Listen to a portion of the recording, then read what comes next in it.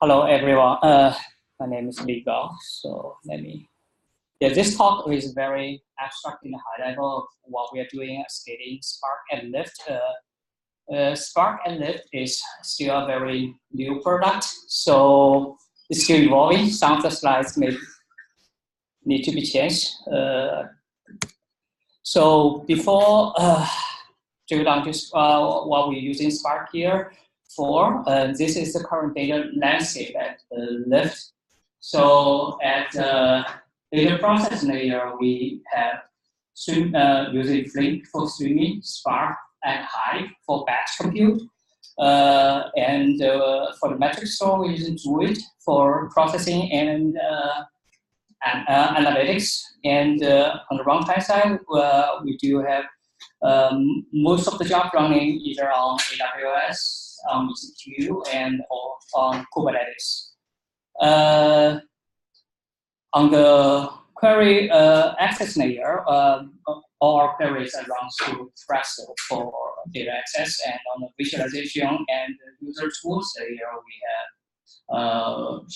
Superset, Jupyter, and Mode Analytics, which is third-party services. And on the top left corner, we do have a homegrown data discovery solution called Monson, which is doing data discovery across the different data sources and provide lineage information as well. Apache Beam is used for driving Flink job in Python. So Spark use cases, now I'm focusing on Spark and Lyft. It's mostly used by 3 types of users. Data engineers is the largest one. They are supporting almost all our products and internal services. Analysts is mostly for driving the BI dashboards and reports. And there's also ever-growing group of data scientists or research scientists which building all kinds of different machine learning models and run on Spark. So most of the jobs for the data engineers analysts for the batch job running on the ETL side. For the machine learning model, it's more interactive, mix of interacting jobs and batch jobs. This is the current generation of the Spark architecture at Lyft. On the left side, we have the different user tools. At the bottom, we have this tool, in-house tool called Flight, which is a machine learning model orchestration engine that talks to our control plane gateway here. And on the middle section, we host a whole bunch of different Spark clusters. And right now, the Spark cluster mostly is running on Yarn Hadoop 2.7. And we do talk to Hive Metastore and S3 for our storage. And it's been shared with Hive batch compute with Presto and Monson, which is the data discovery tool. And on the monitoring side, we do a monitoring log side. We extract the metrics and the logs to Kibana and Grafana. Yeah.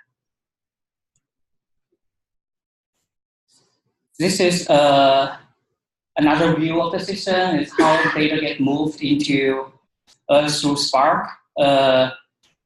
Lyft is mostly driven by events, and when we say events, there's data events, the change events. So those events are all ingested through our streaming pipelines, Flink and Beam, that ingest into besides this format, mostly into the raw format. Right now we are using JSON and protobuf. We have abstraction on top, which can evolve to a different raw format. The batch ingest, the Hive and Spark is the one that doing incremental ingestion of those raw format and putting the columnar format, optimized format for those query engines on the right side. The Metastore, right now we track the partitions, and we don't track files on the metastore. So we have quite a few tables and partitions in the Hive metastore, and scheduler Airflow is our ETL job scheduler, schedulers batch ingest, and among them talks to all different places to discover the data lineage and data sets. So this is a stats we have. Our primary data set is on S3, which has about 20 petabytes or more, slightly over 20 petabytes of data. That's a primary data set. We also have some additional data sets. On the batch compute side, we do daily processing, about a few hundred, at least close to 200 terabytes of data, including the raw and the derived data sets. Keep in mind, this one is highly compressed data sets, so the raw uncompressed data will be larger. And on the daily jobs, since Spark is fairly new at Lyft, we still have a larger number of Hive jobs, around 140K Hive jobs on a daily basis, comparing to about 15K Spark jobs for the batch compute. And those jobs, like I mentioned in earlier slides, we driven by Airflow as a scheduler. So we have a few thousand Airflow DAX scheduled jobs. On the cluster side, like I mentioned in earlier slides, we do have a few different clusters. We distinguish our cluster categorization by either it's managed schedule cluster, or we call ad hoc cluster. Ad hoc cluster is more self-serviced by different teams. We provide visibility and monitoring tools to those ad hoc clusters. And the schedule cluster is for these production jobs only. This is just an illustration of where we are scaling at the different dimensions of our Spark solution. The number of jobs has been grown a lot in the last few months. Same thing for the input data size and the number of job dependencies and priorities. One interesting thing is about the batch compute cost and storage cost. It's still ongoing efforts to how to optimize, how to balance between how much you spend on the compute and storage, how much you want to have a speedier results. So this is not an exhaustive list of issues we've seen, but it's some interesting issues we've seen in the past. Since Spark right now, we are mainly running on Yarn. We've seen issues like resource manager can die, name node can die, obviously. And since we are running on AWS mostly, and whenever you start a new node, there's a bootstrap to download your dependencies, especially for PySpark. That bootstrap can fail or yield a very inconsistent state, which can fail your job. On AWS, we also run into issues like for a certain AZ, the AWS is running out of certain instance types for your instance type in this specific AZ, or the whole region is running out of instance type. Same thing for your IP address. So when you design your subnet, you may run out of IP addresses as well. And the control plane. Right now, the control plane we're running sometimes can become non-responsive, and like Ryan mentioned earlier, as the high metastore can time out when you plan your job over a large number of partitions. What else? We also see issues with our cluster autoscaling. Since our cluster right now we have a autoscaling label on the cluster based on the load. The autoscaling, when it's trying to autoscale up to more loads, the scaling part can fail or lagging too behind on your request, which makes the job extremely slow or miss the SLA. The other one is obvious, your executors or the cores can be exhausted. S3 is an interesting situation for us. Since we have a lot of jobs, what we observe is that S3 storage can be throttled by the vendor. It depends on how you write it. And it can also become inconsistent state, depends on how you read and write your data. Deployment servers, we deploy these dependency jobs. The deployment can fail, and for Docker container-based execution engine, your Docker registry can also fail. Low loss, disk full, that's pretty common. So what can we do?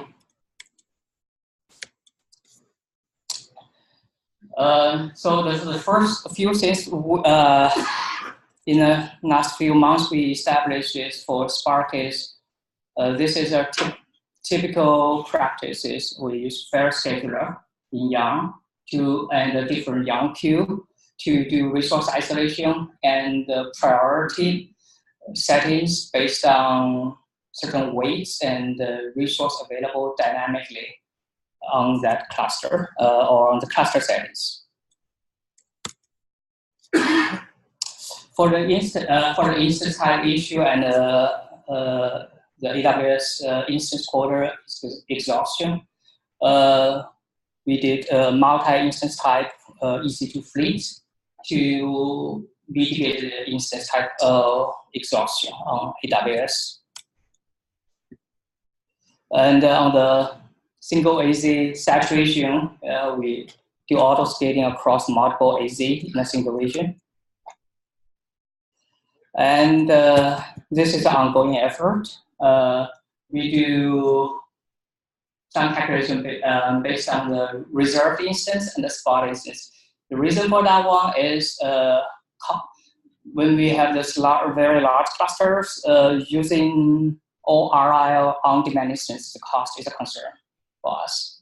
So using Spot is much cheaper, but Spot is much less reliable. So we have to strike a balance there. It's an ongoing effort. Right now, it's not fully automated. Like I mentioned earlier, we do have this ad hoc clusters self-serviceable to our customers, so they can do ad hoc data exploration without impacting the scheduled jobs, the production jobs. And those clusters typically self-terminate after a certain idle period. Yeah, I mentioned managed clusters.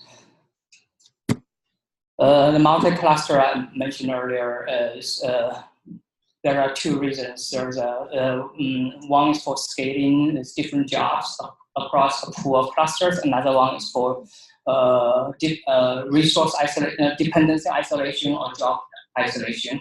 There are certain jobs that requires higher throughput than shared cluster can provide. In this case, we need a dedicated cluster to run.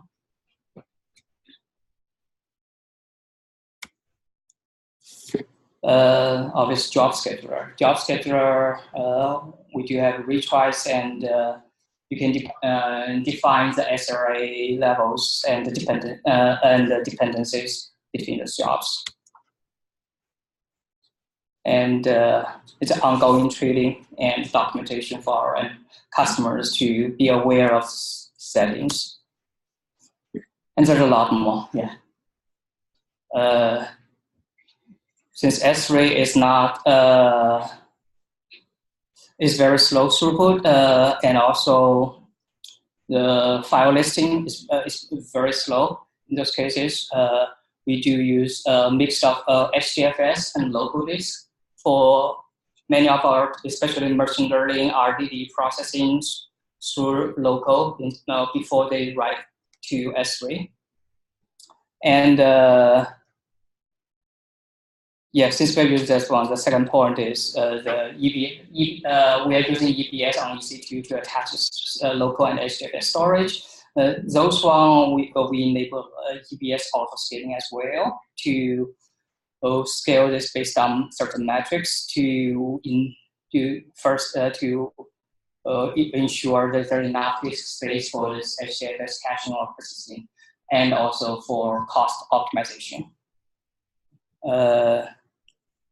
We also make the logs accessible and discoverable for end users, so they can troubleshoot their jobs.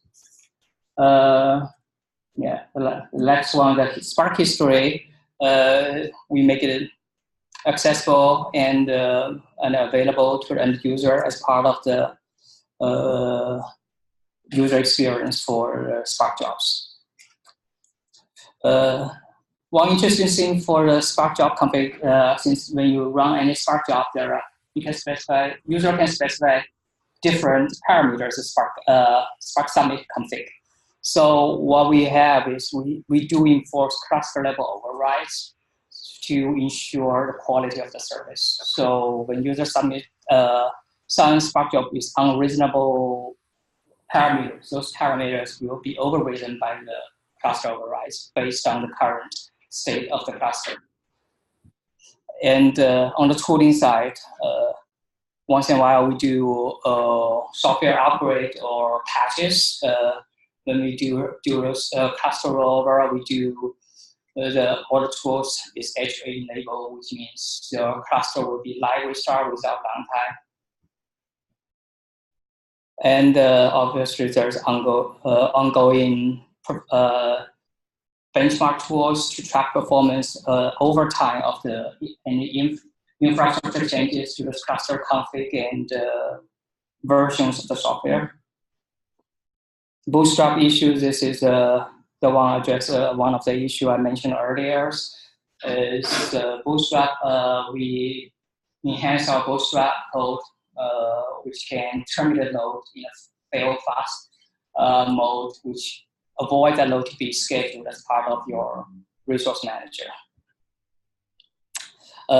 In the Spark loss, this is an ongoing effort. The blacklist helped, and partially, we're still seeing some interesting Spark loss issue that impact the job performance.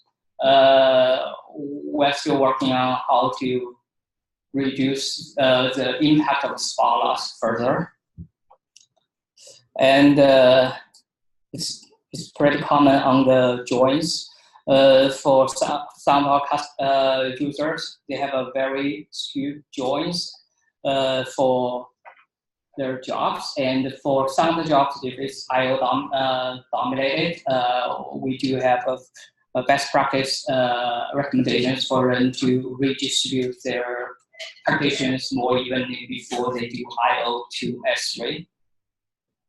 And obviously the monitoring tools. This is an ongoing effort. The S3 throttling mostly just reduce number of concurrent writers for the final stage, and avoid using S3 as your intermediate storage for compute and caching. These are the tools that we use for monitoring our Spark. We use Datadog agents to connect metrics. The agent is running on two separate logical locations. Obviously, the agent will run on the individual clusters, but we also have agents running outside those clusters in our control plane, just to monitor the well-being of the cluster in case the cluster becomes unreachable, or for any reason the cluster become non-responsive. We do use wavefront as a metric store for the metrics we connected, and we do have StatsD as part of the data connection as well. Grafana is for metrics visualization and alerting, and logs are ingested to Elastic and visualized on Kibana, so users can search. But that's in addition to Spark history, we optimize that can persist in the Spark history on S3 for job history and metrics for user to tune their jobs. It's one of the tools we offer to our user to examine their job metrics. And in addition to that, all our jobs, we enable the event generation. As you probably remember one of the previous slides, we have all our services and jobs, everything we emit events and to our pipeline and ingest it. So this one happens to be also emitted by all our jobs clusters. This is events ingested also into the data lake for our offline analysis in Spark and Hive for further tooling practices. This is one of the dashboards we have for the for cluster. There are ongoing efforts we are working on. So scaling, auto scale, we already mentioned there, we still are facing challenges when we scale to different instance types and different AZ. And we are still working on a better way to scale, do the auto scale of the clusters, individual clusters. And same thing for the balance between the small node and the on-demand or RM node. What is the right formula to balance those two? It's an ongoing effort. Hope we will have something more to share in those areas. Auto tuning and Spark parameters, this driver executor sizing. Our current end users, mostly they still need to specify their executor or driver size in terms of the memory and memory overhead. Ideally, this one can be tuned based on heuristics. We already have some preliminary stats there, but it's an ongoing effort.